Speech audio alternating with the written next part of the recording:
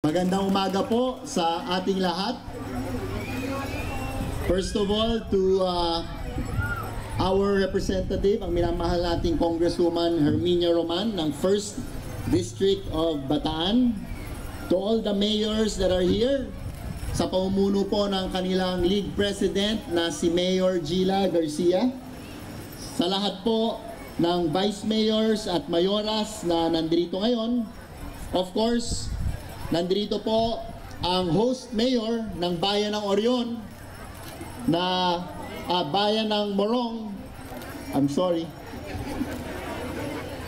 And he is a great mayor in the making dahil simula pa po ng kanyang term, pero I am sure he will be a great mayor of the town of Morong. Mayor George Estanislao. And behind every great mayor is a great ex-mayor. Former Mayor Cynthia Estanislao.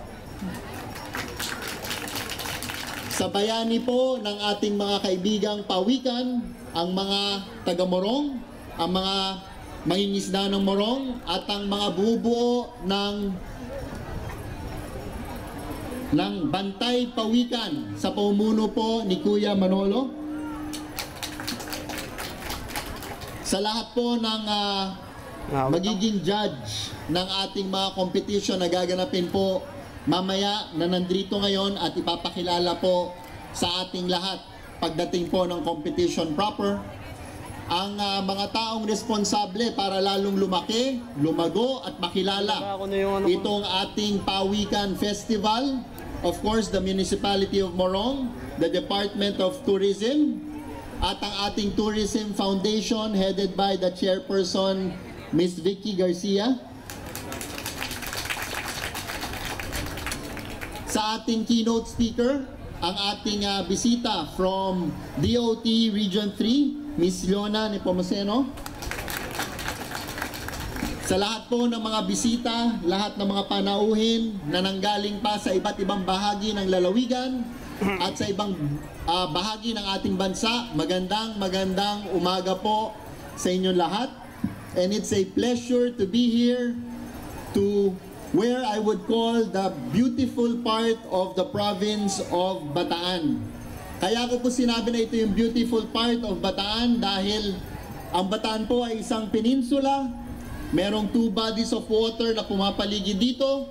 Ang kabila po yung Manila Bay side, kung saan nandun po ang mga industriya, nandun po ang mga commercial center, financial center, at syempre nandun po yung hustle and bustle and stressful life sa ating pagtatrabaho at sa ating pang-araw-araw na pamumuhay.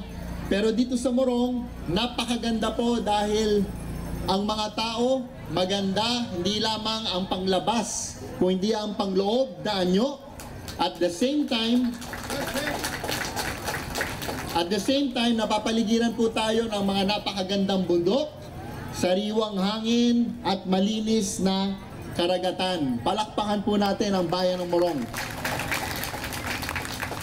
At ako po'y natutuwa na nandito tayo to learn more about our Pawikan friends, kung paano nila tinutulungan tayo magkaroon ng balanse ng ating ecology, kung paano po nila tinutulungan tayo maprotektahan ang ating environment, at tayong lahat nandito para sumuporta sa ating mga pawikan.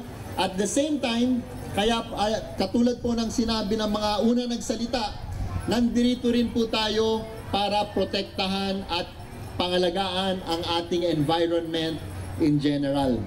Kaya sana po magtulong-tulong tayo, linisin natin ang ating kapaligiran, protektahan natin ang environment nang sa ganon ay lalong maging maganda, masagana, matiwasay, malusog ang buhay sa bayan ng Morong, sa lalawigan ng Bataan at sa ating bansang Pilipinas. Maraming salamat po sa inyo lahat at magandang umaga po.